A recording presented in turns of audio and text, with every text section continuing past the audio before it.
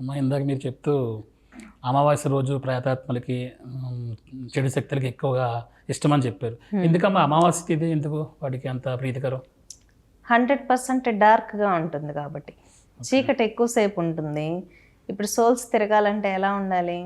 చీకటిగా ఉండాలి, చైతన్యం లేకుండా ఉండాలి, గాఢమైన నిద్రలో ఉండాలి అందరూ. కాబట్టి అమావాస్య అనేది చాలా ఇష్టం అన్నమాట. కానీ మీకు ప్రేతాత్మలకి, భూత ప్రేత పిశాచగణాలకి తల్లి కాళికాదేవి కాబట్టి అమావాస్య రోజు కాళీ పూజ చేస్తారు, కాలభైరవ పూజ చేస్తారు.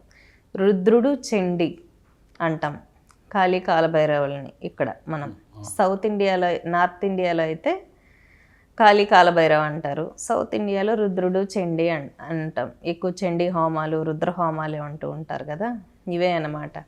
మెయిన్ ఏంటంటే ఈ దేవతా శక్తులు ఏంటంటే లయకారకులు, వ్యాపించేవారు ఈశ్వరుడు.